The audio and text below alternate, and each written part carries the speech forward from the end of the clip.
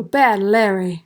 What's up, everyone? Welcome to the Bad Larry Kingdom. I'm your host, Bad Larry, and today we are checking out X Factor number 46. And I rated this cover 93%. I thought that the Paul Smith's depiction of the Beast on the front was gnarly. I like this look of the Beast. He looks real animalistic. Plus, him saving Marvel Girl, it was very cool. Now, on to the episode. Beast is holed up with the reject camp right now, and he's doing some training because that's what they do. They train little people. And if you are wondering who are these rejects that you're talking about, Bad Larry, I know you've been talking about all these different characters, the Chosen, the rejects. Who are all these people? Well, I provided a little bit of a who's who. You could pause the video and check it out on your own. But we're dealing with the Chosen, the Rejects, the Celestials, and the Beginnings. On this world, the Chosen and the Rejects exchange prisoners, which Beast tells this little kid that's only prolonging the war, that he has a plan to just infiltrate the Chosen and free his friend Archangel in an assault. And he is unaware that Marvel Girl is being held in the Reject camp. The leader of the rejects, this lady Cyclops here, doesn't trust Beast. Over on the Chosen camp, Iceman has become a bit of a celebrity. He's so cool, and he is scheduled to battle Archangel in just a few days. He tosses a sculpture to Lev, which she promptly melts and says, "That's what's going to happen to Archangel in the arena. You better put your money on Iceman." Perfect Seera is hiding amongst the crowd. She knows that Iceman isn't from this world. She knows that Archangel isn't from this world. She doesn't want those two to fight, but she really has no power to do anything. Perfect Seera is trying to hide herself amongst the crowd, but obviously she gets recognized. That's not good for her. Perfect Seera overhears some people talking about the guard that she jammed. She's worried that she's going to get caught. Even though Perfect Seera is looking left, right, and center for spy, she hasn't looked up. That's where the spy is. Cyclops is hanging out with the Beginnings in a tunnel underneath a river, and he's adopted their attire to blend in more easily. And he said he's kind of had enough of hanging out, waiting for these mystic Beginnings to try to telekinetically, telepathically find his friends. He says he's going to go to the arena and do some in-person researching. And the old mystic says, well, I can't read their minds like I couldn't read your mind, but we got a crystal ball. Check this out. They probably shouldn't have done that, showing Cyclops, Marvel Girl, in the hands of this ugly-ass reject. All it's going to do is motivate him to get out of there even quicker, which they don't want Cyclops to do. They want him to stay. Like I said, all that did was fire Cyclops up. Now all he has is more questions. Where's his son? Where are the rest of his friends? He's got to get out of there and do some searching. But the Beginnings don't want him to leave or interfere. They fear it's going to escalate the war. Cyclops says, "Get your filthy hands off me! I don't care nothing about your war. I just need to find my friends and my son." He tells the Beginning mystics they can hide out all they want down here. He's going to go find his son and his friends and his girl. And they better not try and stop him. Lord Rask wants Archangel to do some practicing before his fight with Iceman here in a few days. But Archangel is too unruly, so they've drugged him nearly unconscious. Lord Rask has Archangel literally flying through hoops that can cut him up. And even though Archangel is nearly unconscious, he breaks free and is going to attack Lord Rask. He's a fighter. I mean, it's not very fair, is it? Archangel is nearly drugged unconscious, and Lord Rask takes him out quite easily with his powers. Lord Rask underestimates Archangel, starts walking up on him, but Archangel's playing possum. Even drugged up and knocked out with the Lord Rask powers, Archangel is quick as a cat and attacks Lord Rask with his weaponized wings. Lord Rask orders Archangel caged. This guy's too much for Lord Rask. Archangel says, "Don't worry, buddy. I'm going to beat whoever you send at me in the arena. Then I'm coming after you."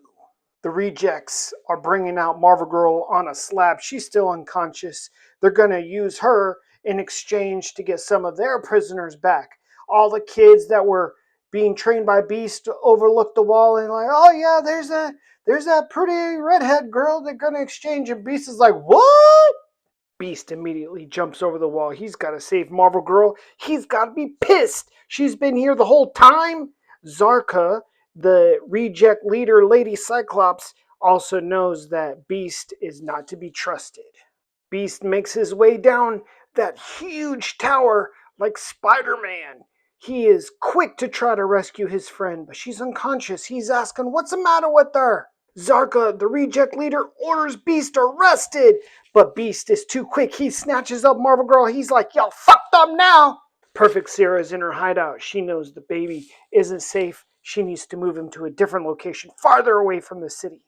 Perfect Seera's robot is talking to her about Lord Rask, saying back in the day, Lord Rask should have been rejected by the scientists, not even allowed to be born. And Perfect Seera's like, yeah, he's freakishly too big, and he has a birthmark on his shoulder, which is hilarious because Perfect Seera is perfect. So she knows that Lord Rask is jealous of her perfection and wants to rule through her. Perfect Seera is talking about how Lord Rask has no real power to hurt her, that the perfect society will protect her from Lord Rask. Well, she's underestimated Lord Rask because Lord Rask is right outside her door and orders his guards to seize Perfect Seera. Lord Rask's soldiers bust through Perfect Seera's door like the Kool-Aid Man. Perfect Seera tries to run and fight. She's a jammer. She tries to jam the soldiers, but the soldiers jam her up. These guards have broken the number one rule, no touching Perfect Seera, but they don't care. They're loyal to Lord Rask. Perfect Seera's knocked out, and the soldiers zap Perfect Seera's little maid robot, disabling it. Obviously, baby Nathan Christopher's crying. What's going to happen to him? Even one-handed, holding on to an unconscious Marvel Girl, Beast is too strong and agile for these reject losers. He's fighting his ass off. Baby Nathan Christopher's cry awakens Marvel Girl from her slumber. Y'all fucked up now. Marvel Girl's awake. And she knows that baby Nathan Christopher's in trouble. She's about to go ham on y'all sandwich. Like I said, now that Marvel Girl is awake, she uses her power to push everyone away. So y'all better back up. All of the reject jammers try and attack Marvel Girl, but Marvel Girl is too powerful for them. Beast is asking Zarka, why? Why are you trying to arrest me? Why are you attacking my friend? And Zarka says, I knew you were a spy. And Beast is like, no. Beast calls out to Marvel Girl, say, you all right? And Marvel Girl's like, Jean's not here. Try again. Beast says, Phoenix? She's like, strike two. Try again. Third time's a charm. And Beast says, Madeline? And she's like, ding, ding, ding. Here we go. Poor Marvel Girl, Jean Grey, got 3 people living in her body. The scientists are grilling Perfect Seera super hard. Where'd you get the baby? Where did you find him? Why did you keep a secret? Why are you lying? What's your favorite color? Well, the scientists are ruthless. They said, well, it's such a shame we put so much effort into making her so perfect. Too bad we're going to have to destroy her. And Lord Rask's like, well, let me have a word with Perfect Seera for a moment. And Lord Rask says, well, you're going to die. I don't care if you're perfect, but you're going to pay unless you ally with me. Perfect Seera's got herself in quite the quandary. She doesn't know what to do. She can either die or she can ally herself with Lord Rask and be under his ginger thumb. She doesn't know what to do. She's like, I'll consider it, but let me first consult my faithful robot ZZ. Cyclops is booking it quick time out of the Beginnigan's tunnels. He's got to get to the arena. He knows that's where the exchange is going down. That's his best chance to get to Jean Grey and the rest of his friends. He's got to get out of there. But these Beginnigan people want to stop him. This fool named Daikon, he's an earth shaker. He tries to shake the earth and knock Cyclops off his feet. Big mistake, buddy. Cyclops whips around and gives Daikon an eyeful, tells him, "Back off, buddy." Daikon tells his other fellow warriors they're lucky that Cyclops isn't using his full blast because he can punch a hole through a mountain. Cyclops tells these fools, hey, they better back off, let him go do what he's got to do. Daikon says, okay, fine. Puts his hands up. He says, despite his father's wishes, some of them want to go help him out. If Cyclops will let him join him, Daikon asks Cyclops if he helps save his friends. Will Cyclops help them with the Celestial? Cyclops slaps Daikon's hand away, says, I'm done waiting around. First things first, I gotta save my friends.